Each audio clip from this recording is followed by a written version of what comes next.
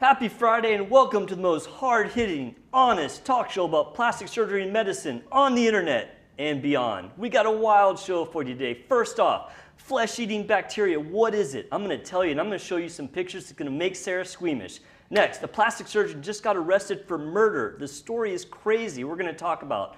Lastly, what are the hidden costs of plastic surgery? I'm going to let you know, and it's coming up right now. Live from Lincoln Center in the heart of the Dallas Metroplex, this is NipTalk,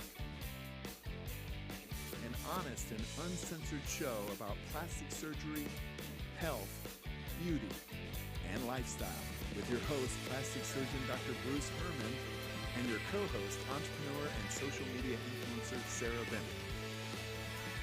Now it's time to discuss the good, the bad, and the ugly of the topics everyone is talking about.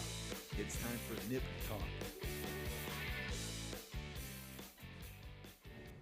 Welcome back, everybody. Thank you so much for tuning in. We really do appreciate it. Please hit that like and subscribe button. Leave us a comment. It super helps us out, and we want to hear from you. So, I'm your host, plastic surgeon, Dr. Bruce Hermann, and with me, as always, is the great Sarah Bennett.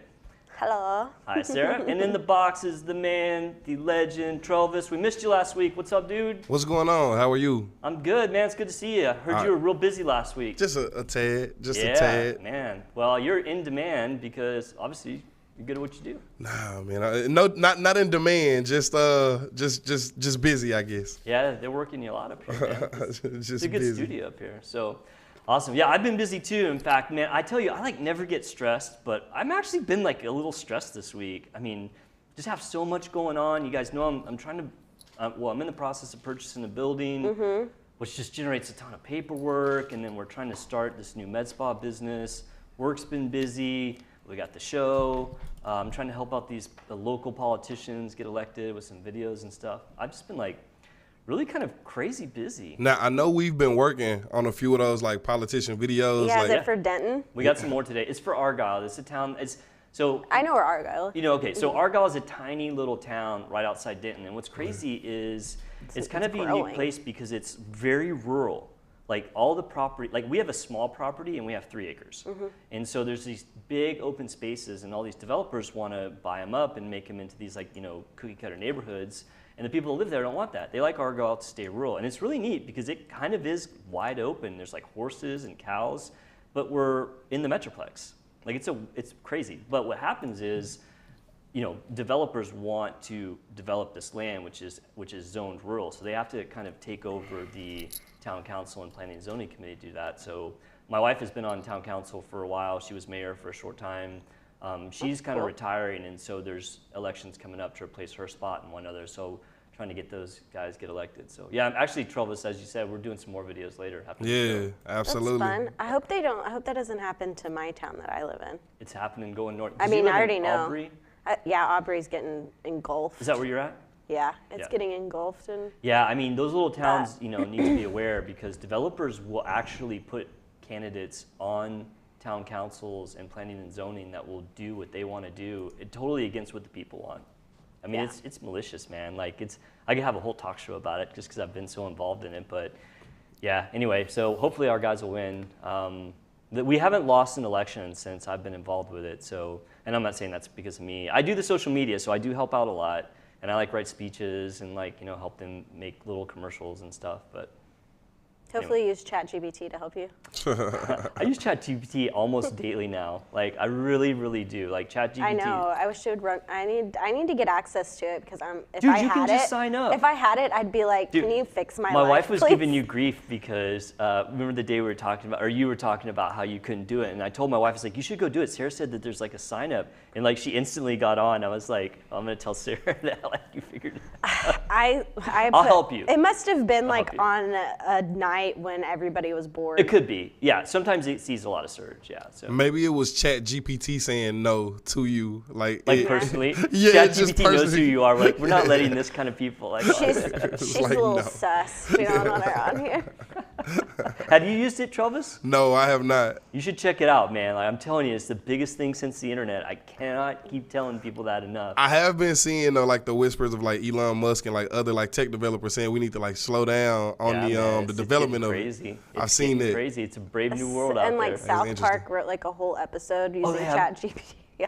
Oh, I've got to see that. The entire episode was written by the robot. Oh, No wow. way. Oh my God. I am going to watch that. I can't wait to see that. Not like, I guess like not word for word, but like the plot. Yeah. Yeah. Dude, crazy. That's interesting. All right, hey Travis. Now so we didn't see you last week. Sarah and I went on spring break. You know that, right? Right. And the week before we went off, you were saying that you didn't get to go on spring break, right? Right. I did not. And I said I was going to bring you a gift from spring break since you didn't get to go. And you did, and it's I brought here. you a gift. Now, can you show it on the camera? for sure. Just all right, now, in so a I got shady I got that in Colorado. bag. Now, Travis, listen up, man. Whatever you do, don't take that by any police dogs. Okay, I got No, you. I'm just kidding, man. I'm just kidding. That's what I was thinking too. I was like, Colorado, brown paper bag. Like, this is gonna be really terrible for me. I'm just kidding, man. Open it up. I want you to see. It's nothing crazy big. I just saw it. I wanted to get you something. I didn't know what to get you, and I hope you like it. It's a minor thing. It's dope. It's a beanie, right? Yeah, it's dope. It's from I like Red that. Rocks. It's got like that famous the famous music venue, Red Rock. It's a Red Rocks beanie. Do you wear beanies? I do. Oh, you do? Okay, cool. And blue is one of my favorite colors. Dude, awesome, man. Well, I hope you like it. I'm sorry you didn't get to go anywhere for spring break, but I was thinking about you, and I do appreciate you. You man. know what? The beanie makes up for it all, Doctor. I know that's not true, but thank you. Well, I didn't get anything for you from Disney because No, well, I knew you were going to be busy, so everything it's from me and is Sarah. Absolutely. It's from me and Sarah. Absolutely. No, I genuinely appreciate this. Thank you so much. It's all good, bro. Thank you. I spent Hey, all my and money Sarah- on Avery. And Sarah, you are gift enough. I appreciate you. You don't have to give me a gift. Gosh. Thank you. It's getting Absolutely. deep in here. I'm picking my feet up. Now, Sarah, before we get on to the segments, you have a little announcement. There's a fashion show. Like, if you live in the Metroplex, if you live in the Dallas Metroplex, there is a really cool mimosa walk and fashion show in Denton this weekend, right? This weekend Can you on tell us real quick? Saturday. Yeah. The mimosa hop stop starts at 11, but I think you have to have a ticket for that. So But surely you can get tickets. if you're right? watching it if you're watching this right now, get the ticket. But the fashion show is free, and that's at 2 p.m. on the courthouse lawn, which is the It's like big, runway pretty, style, right? Yeah, it's the big pretty Dude, building. I want to be there. I'm going to be working middle. tomorrow, but I'm going to try and sneak out and come to 2 o'clock. 2 p.m. Are you going to be there? Are you on the runway? I am. You're on the runway? because I couldn't oh find my enough. God, I'm taking video. It's We got to not- have. It's not that big of a deal. It's That's just, awesome though. It's just a little Do you have like thing. your catwalk strut ready? No. Like, do you have like a thing, or you better learn one, man. You get on. I have ChatGPT teach you how to do How a to runway walk? strat. Yeah. That's exciting though. I think it's cool. Your clothes are going to be on display. Yes. Sweet. And then like a bunch of other boutiques too. Nice. I think that's very cool. Denton is a super cool place. If you live in the Metroplex and you're free tomorrow, go check it out. We go up there all the time and do stuff. It's always a blast. So. For sure, for sure. Okay, I got a wild topic for you guys, and we've kind of danced around it a few episodes in the past. But today we're going to be talking about flesh-eating bacteria. Now, have you guys heard of flesh-eating bacteria? Yeah, you talk about it all the time. I talk about, okay. Before that, no? All right. Yeah, I've heard of it in like movies. Only from Heard of the you. movie. Okay, so it is a real thing. The doctor word for that is necrotizing fasciitis. And I think I got a little graphic. Did you already throw the graphic up? Gotcha. Yeah, there it is. Oh, I thought it was going to be something No, gross. that's coming. It's coming. So I'm going to give you warning when that happens. So that's the bacteria there. So flesh-eating bacteria. So Looks like this is green a Cheetos. very That's what I see. It do look like green Cheetos. Cheeto Puffs. dude, stuff looks weird under the microscope, man. All right, so this is a very rare but extremely lethal type of infection, and it got a lot of notoriety back in the 1990s because somebody famous died from it, and it was Jim Henson, who you guys may not know who that is. He was the guy who created the Muppets. Yeah, yeah. Wow. Yeah, dun dun dun dun dun dun. Wait, is that the Muppets? I don't know. I don't think. I think that's how that song goes. Anyway, the guy who I know created the the Muppets, Muppets. Jim Henson, Okay. died of necrotizing fasciitis. And so I vaguely remember this from the 90s. There was like a Time magazine article about it. Like, what is this? Do we need to be worried about it? And of course, at the time, I was, like a teenager, so I didn't think anything about it. But then I get into medicine, and then specifically get into surgery, and I kind of learned all about this necrotizing fasciitis. And man, it's like serious business. Now, the lucky thing is, or the good thing, is that it's very rare. It has an incidence of about 1 per 100,000 people per year, which means roughly around 3,000 people in the United States every year get necrotizing fasciitis. That's pretty low, all things Do considered. you like get it from like being around nasty places or like? Yeah. Sort of. Yeah, we're going to talk about it. Yeah. But that's a good question. Like, right, you want to know, how do you get this? Because you don't want to get it. Jumping in some sketchy looking lake or river or something? I always advise people not to jump into sketchy looking lakes for multiple reasons. I'm like, so pretty much every lake or body of water in Texas. Yeah, that's right, man. The lakes here are sketchy. Dude, I grew up on Lake Louisville, man. That place is like, I take Avery there all the time. Dude, you can watch like the fish dissolve before your eyes in the water. Oh no. It's pretty bad. I'm just kidding. I grew up on the lake. I grew up there. It's not that bad. I mean, I go there dead almost body. Huh? Oh my God. No, seriously, people die out there like on the rag. They tested that lake and found so much of the hormone that girls have when they're on birth control in that water. How in the world did that get there? From pee, I guess. Oh, from pee. Oh my God. Yeah. See, it's a lake full of pee and dead bodies. Okay, sorry, Lake Louisville. It's my hometown. I feel like I can dog on it. Okay, so this is caused by the bacteria. This shows off a bad start. No, good start. It's a good start. So this is caused by the bacteria Group A Streptococcus. Now, here's the scary part. This is a common bacteria that everyone has on them right now. It lives in your oral cavity. It lives on your skin. Yeah, I get strep all the time. Right. So does Avery. Yes, it causes strep. The other things it causes sometimes is cellulitis, which is a soft tissue infection. Most cellulitis are generally caused by Staph aureus, and I know we've talked about that bacteria in the past, but it can cause cellulitis. Now, here's the thing. The Streptococcus bacteria has varying amounts of toxins that it can release. Like some strains of it are very toxic and others are less. And that's one of the reasons that we think that, this bacteria, which is normally, which is all over us, sometimes causes these really severe infections. And what happens is the bacteria gets into a certain location where it's hard for the body to take care of it, and that's along the fascia, the muscles. So fascia is basically it's kind of a fibrous tissue that covers things in our body, like for example, muscle, and it's sort of avascular, meaning there's not a lot of blood flow in it, and blood flow is how our body fights infection. So the fasciitis, so necrotizing fasciitis means a death of infection along fascia, okay, if you're gonna break down those words. It can be multibacterial, it can be caused by Staph, Vibrio, and Clostridium. I think a lot of times what happens is when necrotizing fasciitis starts, it just creates a condition where any bacteria can flourish. And so that's why when you culture it late, you're going to see a lot of bacteria. There is a subvariant of this that we are going to talk about because I have the wildest pictures ever that I'm going to show you guys. And it's called Fournier's gangrene. And that's necrotizing fasciitis of the perineum or the crotch. Cool. It's specific to the crotch. I don't know why they gave necrotizing fasciitis to the crotch its own name. Is that what is gangrene? Because I know, I heard that, you hear that all the time from like soldiers getting it. Yeah, so gas gangrene is basically a condition where you get dead tissue due to injury or infection. Yeah, gangrene. Gangrene just means dead, dead tissue. Okay. So, yeah.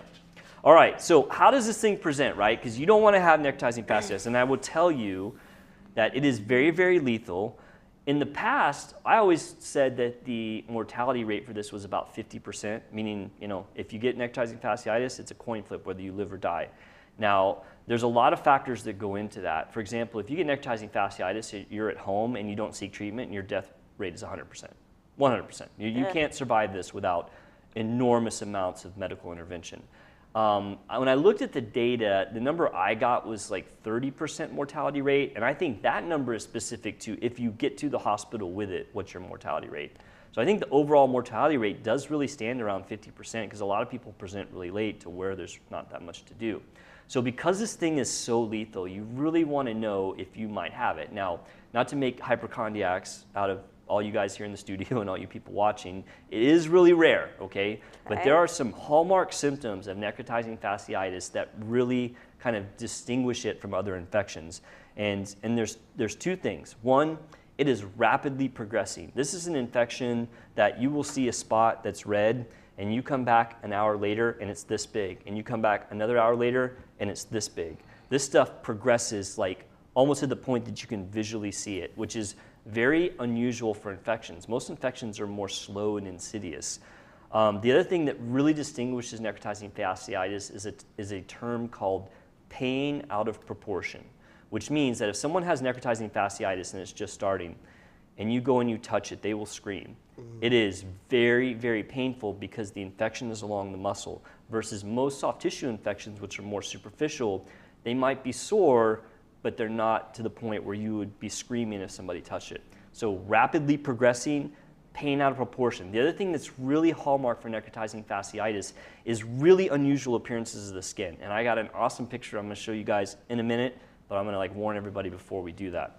The other thing that you can get that, no, it's bad. This stuff is like bad. Is it the crotch one? I have that one and some other ones, man. Today's show is, I hope we don't get banned because of this. I'm going to put some disclaimers out there. But, they are some wild photos. Yeah, don't be cheating now, Trump. Just looking at them ahead of time. Man. All right, the other thing that the necrotizing fasciitis causes, and the reason that it causes death, is it causes systemic symptoms, right? So if you get a cellulitis, say on your leg, it'll be red, it'll be sore, but you won't have symptoms elsewhere in general. Necrotizing fasciitis is the complete opposite. What kills you is not the death of the tissue at the location, it's the response that it causes on your body. Those toxins start multiplying as the tissue dies and the bacteria start cranking them out, and suddenly your heart goes into failure, your lungs go into failure, your kidneys go into failure. And how you'd see that manifested early on would be things like extreme fever, tachycardia, confusion. I think we were talking about sepsis the other day. That's sepsis, those are the symptoms. So if any of those symptoms that I talked about, if you have them, seriously seek out medical attention, man. This stuff is no joke and it can kill you. So as far as risk factors, right, because you want to know what puts you at risk, you were talking about jumping into a lake. Realistically, that's not a risk factor for necrotizing fasciitis. Like a risk factor would be a break in your skin. Now, but the thing is that happens all the time. Yeah. But a break in the skin does allow the bacteria, streptococcus, which is normally on your skin, to get on the inside. Yeah. Our skin is an amazing barrier for infection. It's amazing. But when it breaks down, that's a weak spot for bacteria to get in. And a lot of times you'll just get like a cellulitis or like a run-of-the-mill soft tissue infection, but it can lead to necrotizing fasciitis. The other things that can lead to it are a weak immune system, diabetes, chronic illnesses, alcoholism, and it's actually a lot more prevalent in men for whatever reason. So as I said, the death is caused by sepsis and multi-system organ failure. The other thing is if you survive it, you're left behind with an enormous wound, because the way that you treat this is multifactorial. One, you have to get rid of the area of infection, and that means aggressively debriding, like removing huge amounts of tissue, because the tissue is dying and it's spreading fast, and you got to get ahead of it. And I got a couple pictures that show that. And then it also takes a lot of antibiotics, and that's just to save your life. But then you have to come back and reconstruct whatever hole is left behind from all that cutting. And that's why I have such a lot of experience with this. I did general and trauma surgery for 5 years, and in that time I saw tons of necrotizing fasciitis because I was the one that was cutting it out. As a plastic surgeon, now I'm the guy that's fixing the wounds, and occasionally I'm the guy that diagnoses it because somebody has something weird and they ask me to see it in the hospital. And I actually, one of the patients or pictures I'm gonna show is a lady, and I literally saved her life. Like, I got consulted, they said, this is a really weird wound, can you come check it out? And I looked at it, and I put a mark on it, and I said, this looks very worrisome. I'm gonna put a mark here, I'm gonna come back in an hour. And when I came back, my mark was here, and it was this big. And I was like, that's necrotizing fasciitis. And we took her to the OR, and it was, and we saved her life. But yeah, then we have to go back and fix the wound. I've done that before with somebody I knew had MRSA on their leg. Yeah. And it was really red. And you marked it? And I put a circle around it. I was like, this looks really disgusting. And it looked like a huge, it hadn't broken the skin yet. Yeah. It was looked like a ginormous spider bite. Right. And then did it grow outside of the mark? Whenever they woke up, it was outside of the mark. That's a really smart way, Sarah. That's a really smart thing that you did, and it's a really good thing for people to know that, if you're at home and you have a cellulitis, and maybe it's not like necrotizing fasciitis, right? Because your chances of getting cellulitis is exponentially higher than getting necrotizing fasciitis. But say you have an infection and you want to know is it getting better or getting worse, take a Sharpie pen and mark the edges of it and see if the redness is growing out of it or just shrinking. Tender, abnormally tender. That's a normal that's cellulitis. Yeah, pretty standard. Yeah. All right, it's about to be picture time. So if you're squeamish, turn away. These are pictures of people who have flesh-eating bacteria. All right, fill up the first one, Travis. Okay. This is probably the most classic picture you could ever show anyone of necrotizing fasciitis. So what you're looking at is an abdomen or a belly, and you see normal skin on the right and the left. On the top part, you see area already debrided, okay? So this is actually, I wish I had taken a ton of pictures of this, This is from literally decades ago, back when cameras were not as prevalent. I only took like 1 or 2 pictures just because it was so interesting. If it was in the day of like cell phones, I would have taken 100. But what you got in the top part is wound that I've already debrided, and I came back the next morning, and that whitish area that's almost like crescent moon shape is the active necrotizing fasciitis. And you said it, pus, right? If you took that tissue and you squeezed it, you could literally squeeze pus out of it. And you see how there's like a black rim on the bottom side of it? Yeah. That's dead tissue, like that hasn't progressed on to just being pure pus. And then you see the red below that. That is the most classic picture I could ever show anyone of a necrotizing fasciitis that is active and potentially going to kill someone. As soon as I saw that, I dropped everything I was doing. I took her right back to the OR. And so, save that picture in your mind, because that is necrotizing fasciitis and one of the best pictures you'll ever see. All right, the next picture is after I got ahead of all of it. So this is a picture of an abdomen, and that's how much tissue I had to debride in order to stop her infection and save her life. How long does it take for your skin to grow back? I skin grafted her. Yeah, okay. And I don't have a picture of it. I wish I did. Like I said, this was like decades ago. I've used this case study and in talks like in the past because it's so amazing. But I didn't take like tons of pictures because I literally had to take it with like a regular maybe not like a 35 millimeter camera, but it wasn't like a phone, right? Like I had to bring a camera up and take pictures of it. And I think I did that in my training actually. It was that far back ago. But yeah, that's the wound. In order to get ahead of that infection, I had to make the wound that big. And the patient got sick. It wasn't like she was totally fine. Like she was starting to go down because of the amount of toxins and the amount of necrosis on her body. And luckily I was able to get ahead of it, saved her life, came back to skin graft her, and she went on to live a very full life, I'm sure. But yeah, that's a pretty classic picture for next FASH. So, all right, next. All right, this is Fournier's gangrene. Now, this is a very nice patient. I did this very recently. I asked him if I could share his pictures because they are kind of sensitive, and he said he would be happy to help educate people. So this is a man, and that is his crotch, and that is where his penis and his testicles used to be. Yeah. The necrotizing fasciitis completely necrosed them off. Like it took them off. Now let me ask you this, and this is a serious question. Yeah. Do they like fall off? Do they deteriorate? Do they just disintegrate? They fall off. No, they deteriorate. And what happens is you'll end up cutting them off because, and I don't have a picture of what it looked like before. I wish I did, which I'm not even sure if I could show that. Because can you show a penis on YouTube? I don't know. I'm not sure. I don't know what the rules are. I'm sure some have. If it's medical, I mean, not. Yeah, I don't know how the rules are. But I don't have a picture. But what happened is you would have seen. You remember how that tissue looked on the tummy, Travis, where it was kind of white and black and it just looked horrible. Well, that's what the penis would have looked like. And because there was so much infection on it and it was potentially going to kill him, the doctor just took everything off. Right. They did the right thing. It was either that or he's dead. Right. That's your choices. Don't have a penis and testicles or you die. Are you able to put a new one on?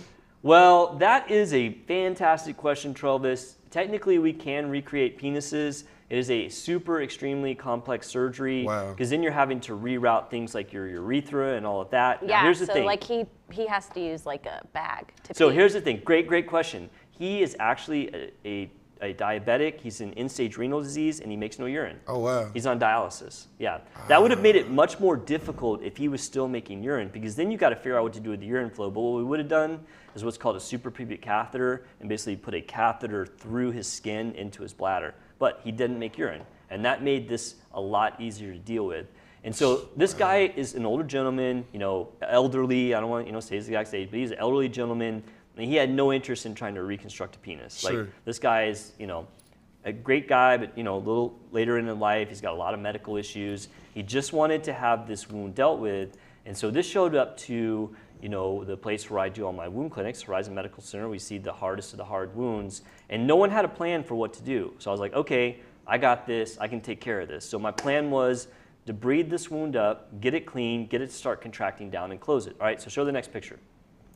So this is a couple weeks later. So you can see even without any medical training, I would assume that you guys would say this picture looks better than the last picture. Absolutely. Like it doesn't have all the dead tissue. You're starting to see red, which is generally very favorable because that shows very healthy vascularized tissue. There's still a couple specks that we were working on, and I was debriding this, or meaning cleaning off dead tissue like regularly to get this to that point. All right, let's go to the next one.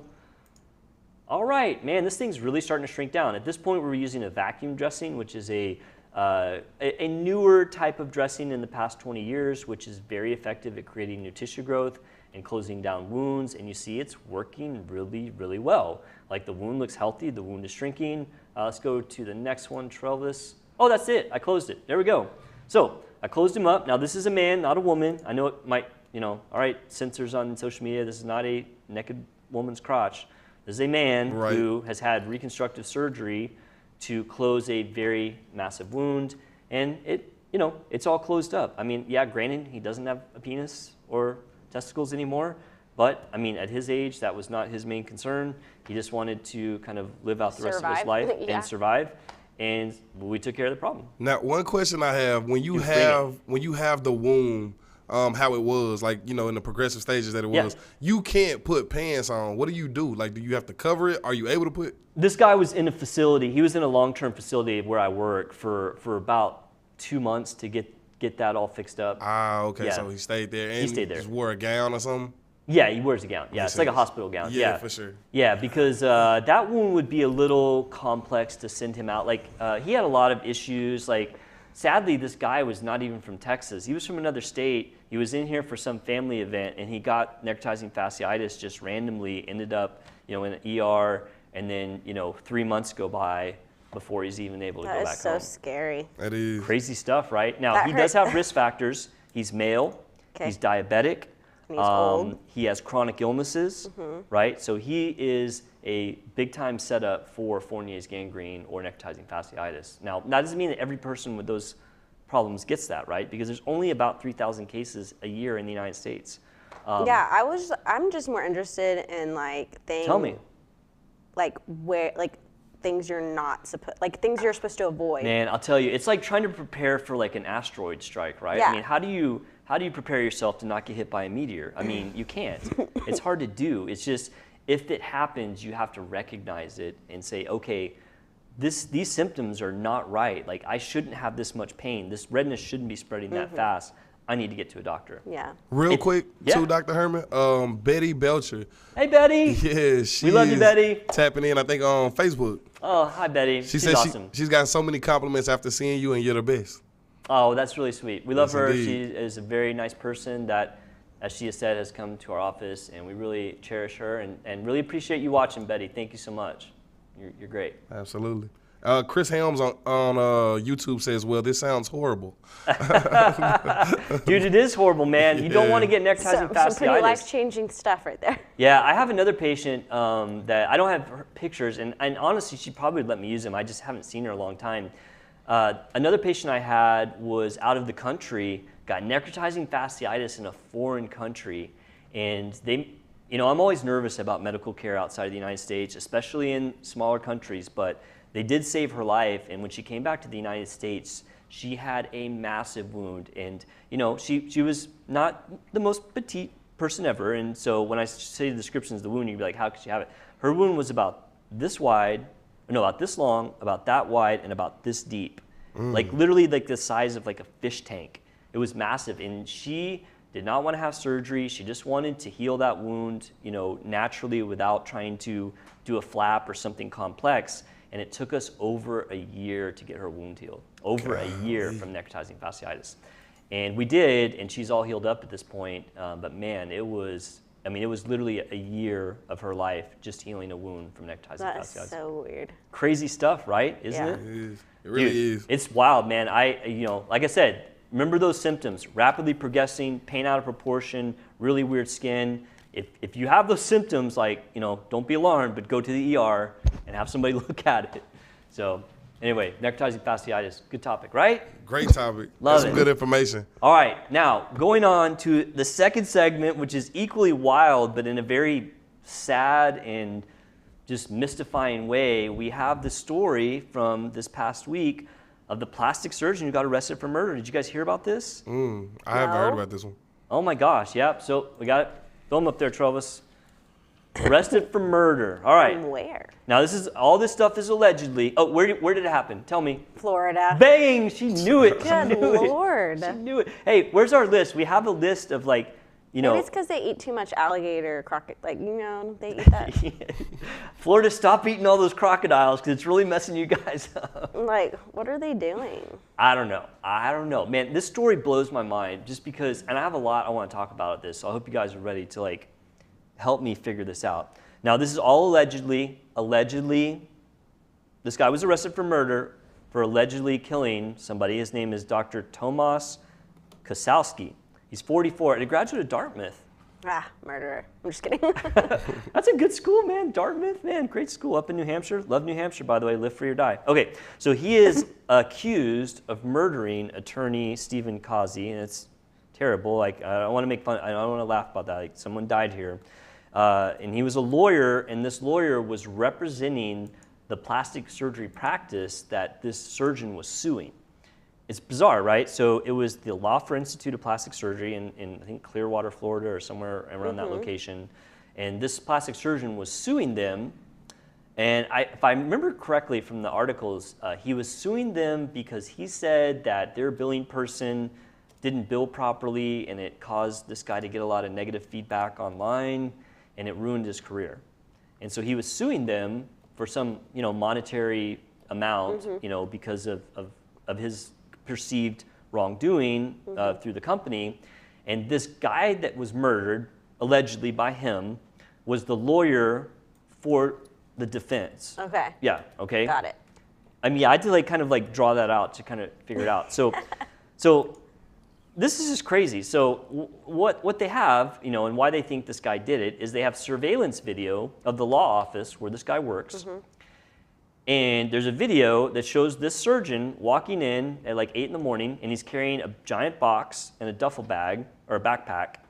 And then 2 hours later on the same camera, he comes out in different clothes and he's pushing a cart, and there's something wrapped in a tarp in the cart. And this is like in the morning, like 10:30 in the morning, okay? And then there's another video later of him in his car, like from a gas station or something, and his car is driving by, and it's a pickup. And you can see something in the pickup bed that's like the same wrapped up tarp, okay? All right, well, that's really weird. Well, here's what happened on the inside. The guy showed up to work, the lawyer. He was writing an email to somebody, and one of his coworkers noticed that, he got up and never came back.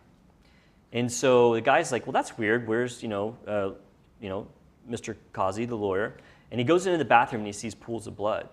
And he's like, what in the world? So he calls 911. And so police come, and they can't find him. Can't find the lawyer. There's just blood in the bathroom. Just blood in the bathroom, all right?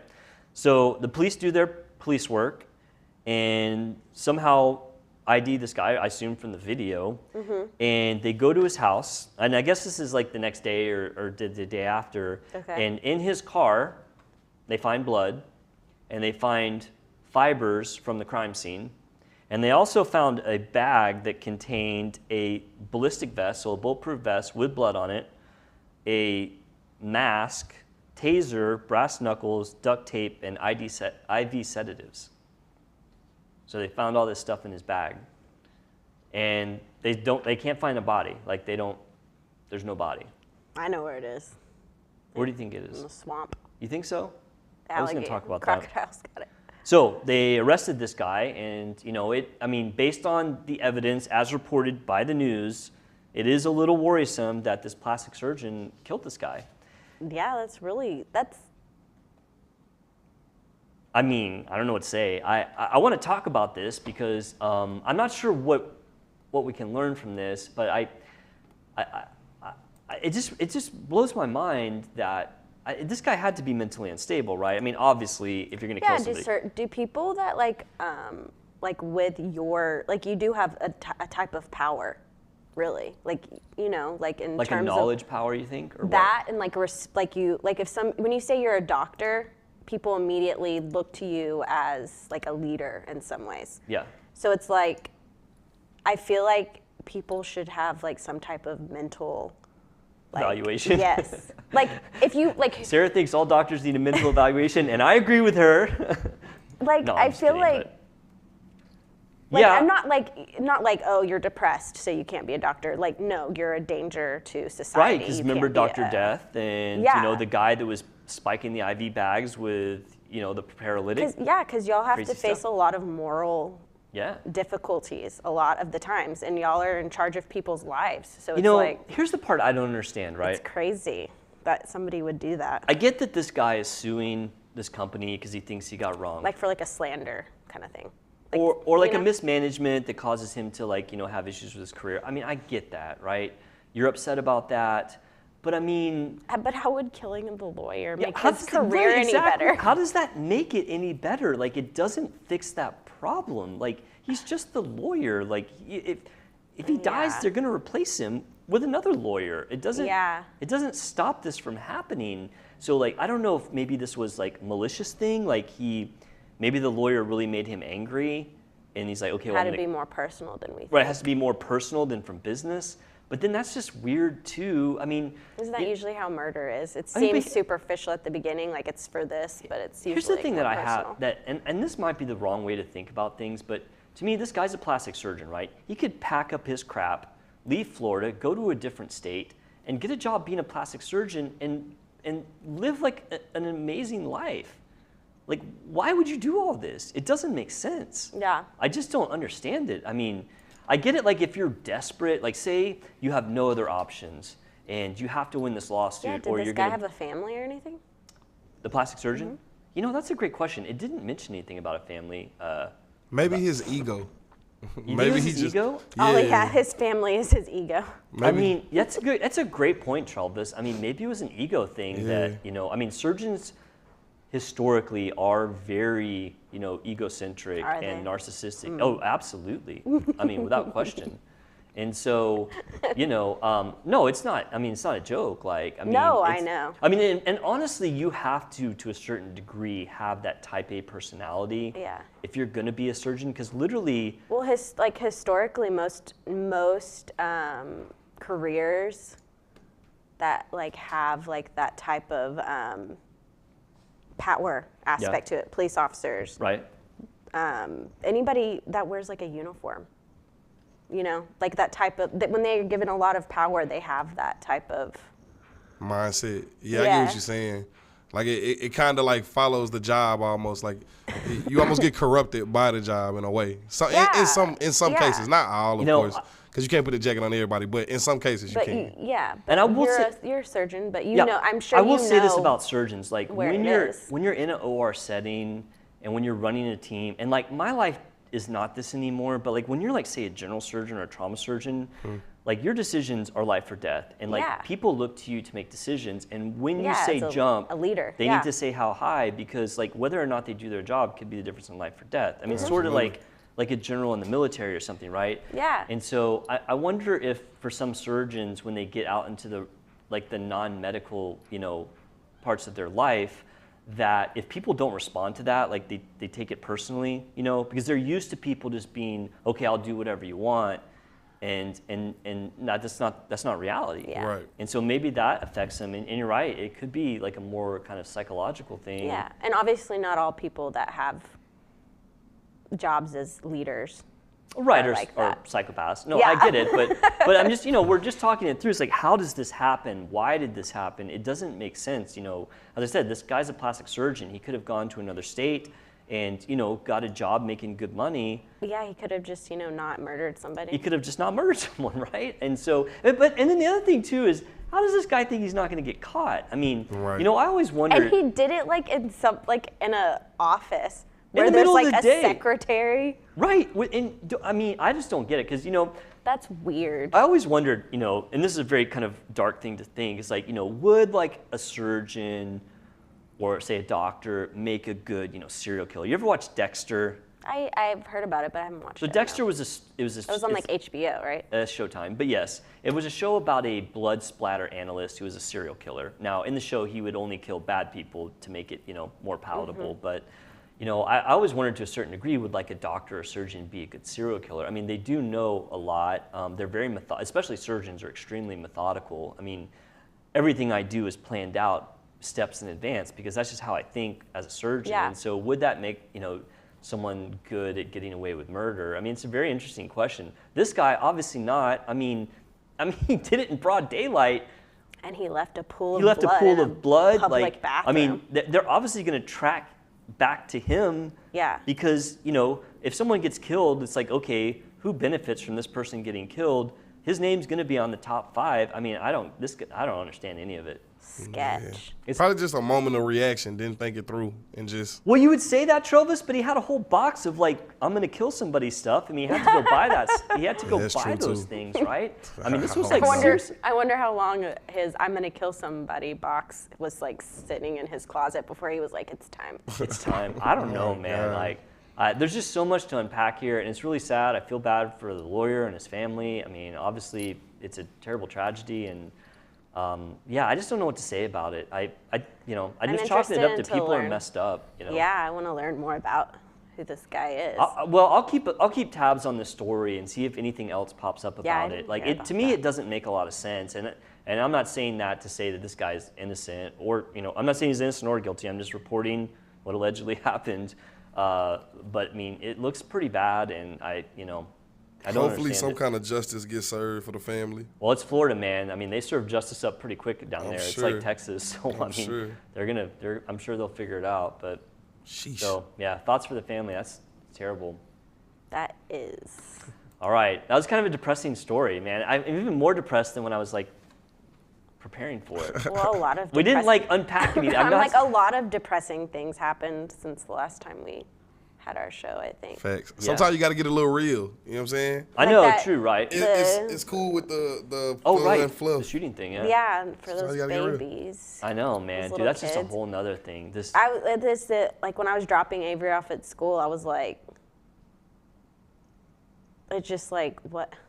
It's just we trust society so much. Dude, you could have a whole show about how to fix all the problems, and I'm not sure you could even it almost makes me just want to get Avery and just sell everything and just move homeschool. Just move somewhere in the middle of nowhere. Dude, let me tell you though, at the school, at least in the Argyle, man, they have armed officers at all times. Yeah, there's a police officer at Avery's elementary school, but it's the way that lady got into that private school, she just got a weapon and just.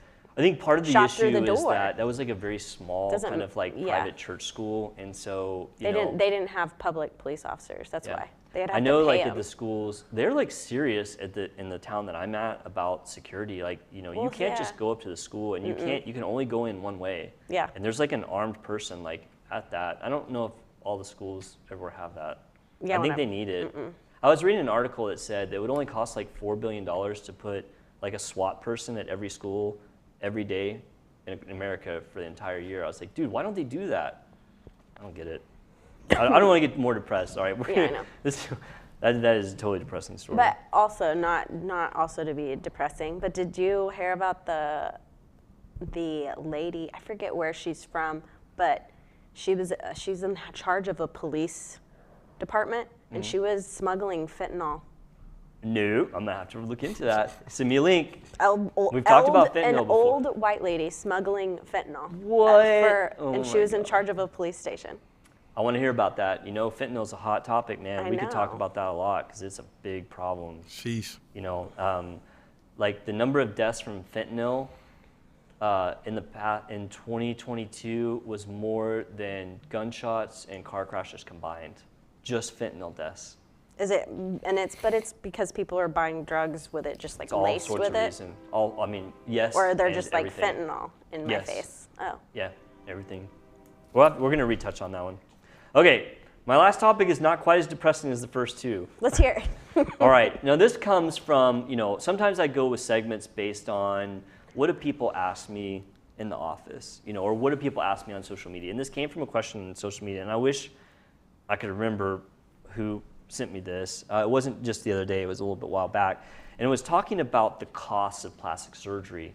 And of course you might think, oh, well, that's simple, it just costs X dollars. But it's kind of multifactorial, and so when people are considering having plastic surgery, I think it's important that they're aware of all of these potential costs. And so I break costs down into known and unknown, okay?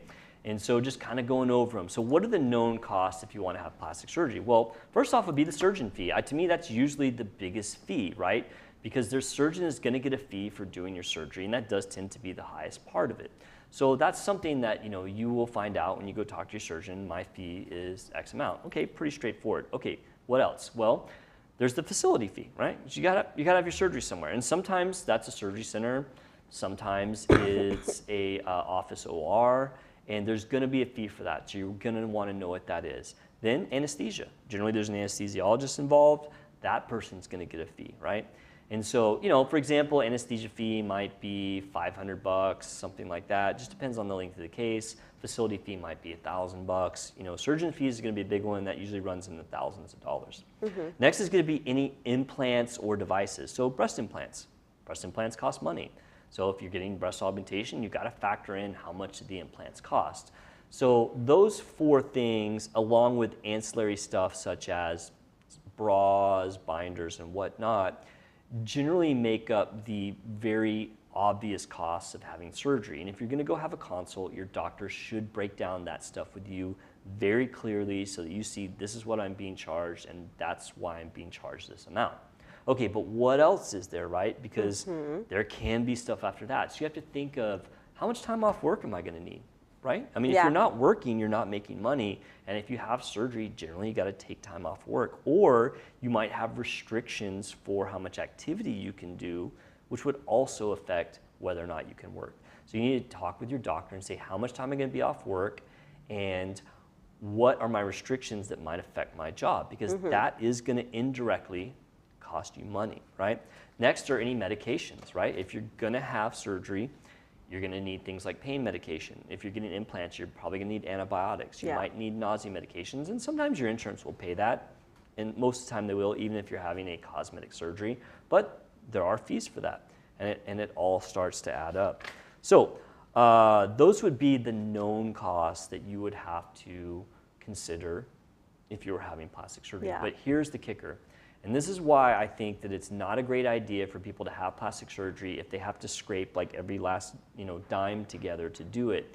It's the unknown costs, because those can actually be as much as the known cost if something goes wrong. So for example, say you have a surgery and you have a complication and you have to have another surgery. Are you going to be financially okay if that happens? Because the cost of that surgery may or may not be covered by your insurance. So if there's a complication, it could have surgery fees, it could have supply fees, like say you have a wound and you need to do some dressing changes. And a lot of times a surgeon will take care of that. For example, for me personally, if I have a patient that has a complication, they have to go back to surgery, I'm not going to charge them anything. I'm not here to nickel and dime people. I just want people to have a good result. And I'm really good at what I do, but I do tons of surgery, and you are going to have times when you have complications. If someone says they don't have complications, they're lying to you. There's an old saying in surgeries: if you're not having complications, you're not operating enough. Because there's a certain percentage of the time it's going to happen. So for me, if I have a patient that has a complication, I don't charge them anything. If they need supplies, I generally give them to them. Now, not everyone's like me. There may be a fee for other surgeons, so you just need to be aware of that. Also, if you have a complication, this is going to keep you out of work longer. Very true. These are things that you have to think about. And lastly, is if you need any revisions to your surgery, I do a ton of tummy tucks, and I will be very upfront with anyone who comes in for a consult that the biggest risk of that is healing issues along the incision, mostly depending on how big the patient is and how much skin we're removing. And I will say probably the most common revision surgery I do out of all the surgeries I do is I'll revise tummy tuck scars from time to time, because sometimes they don't heal perfectly and people want to have a perfect scar. Well, I don't charge people for revisions, but there is a fee for the surgery time to do that. So, if you are thinking about plastic surgery, it's very important that you feel comfortable with the financial burden that brings along. And it's important that when you go and get a consult, that they break down those numbers for you. Now, a lot of the stuff they can't tell you, especially things that are unknown, right? It's like, well, how much money would I need if I have a complication? The answer is going to be, it depends on what your complication is, right? I mean, it could be something, very minor, or it could be more expensive. So I do appreciate those questions. I got that one from social media. I'll have to look and see who sent it to me. I forgot. I always like to give people a shout out, and Shame. A shame. Yeah, I know. But those are things that are important. And if you are thinking about having plastic surgery, or if a friend of yours, you might send them this little video clip just so they can be educated. Because I think having a good experience in plastic surgery is all about education. Yeah. Knowing the procedure, knowing what you're going to have to do, knowing the instructions, the risks, and also knowing, financially what you might have to be responsible for. Yeah. So. Patient-doctor relationship. It's important. Communication. It is. In fact, the key to I know all I've said this before, one of relationships. the biggest drivers for malpractice cases in the United States, if you go down to a root cause, is poor communication between the patient and the doctor. Yeah. It's well established. So. Yep. You've said that before on here many times. I have? Good. Yeah. At least I'm consistent, right? Very. All right, so next week, no, we're not having any more depressing topics, man. Gosh. I'm gonna have to take like what's the Prozac? I'm gonna have to take a Prozac after this episode. Well, we can ask ChatGPT to. I know, ask ChatGPT to cheer me up on the way home. Yeah. I want you to get an account of ChatGPT. Make him do That's an your homework. episode for us. Happy. I make a happy episode about plastic surgery. I don't know what it would say. It'd probably say something along the lines of talk about how plastic surgery improves lives. Yeah. That's happy. Mm-hmm. And tell a story about that. Yeah. Yeah. We'll have to think about that. All right, you guys, thank you so much for watching. If you enjoyed the episode, please like and subscribe, share it with your friends, leave us a comment. We want to hear from you. We'll see you next week.